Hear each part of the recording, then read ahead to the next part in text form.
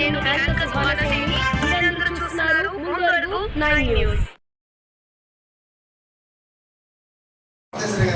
ఏమనిపించిందంటే నేను ఒకసారి ఓటు కూడా రెండోది ఓటు తిరుమలలో అడిగింది అది సిఐ గారు పొద్దున్న 7 గంటలకే పాప నేను 6కి వెళ్ళిపోతాను. నేను ఎప్పుడు ఏ రోజు రైల్వే మీటింగ్ పెట్టి కానీ వెళ్ళినా వెనక్కి రాననే ఉద్దేశంతోనే వెళ్తాను నేను.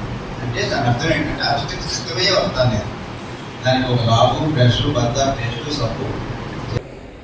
ఈరోజు విశాఖ ద్వారకానగర్ పవర్ గ్రంథాలయంలో విశాఖ సంపూర్ణ రైల్వే జోన్ భవిష్యత్ కార్యాచరణ మీద సూచనలు సలహాల కోసం అన్ని ప్రజా సంఘాలతోనే సమావేశం ఏర్పాటు చేయడం జరిగింది. భవిష్యత్ కార్యాచరణ ఏ రకంగా ముందుకు తీసుకెళ్లాలి, కేకే లైన్తో కలిపి ఉన్న రైల్వే జోన్ అంశంలో ఎదురవుతున్న ఇబ్బందులు ఏంటి, అలాగే ఉద్యోగాలకు సంబంధించి స్థానికులకు ఏ రకమైన అవకాశాలు హక్కులు ఉండాలన్న దాని మీద రైల్వే రీసెర్చ్ సెంటర్ కానీ ట్రైనింగ్ సెంటర్ కానీ వచ్చేటప్పటికి ఎడ్యుకేషన్లో వాళ్ళు ఏ రకంగా ముందుకు పోవాలన్న దాని మీద కీలక సమావేశం ఏర్పాటు చేస్తాం.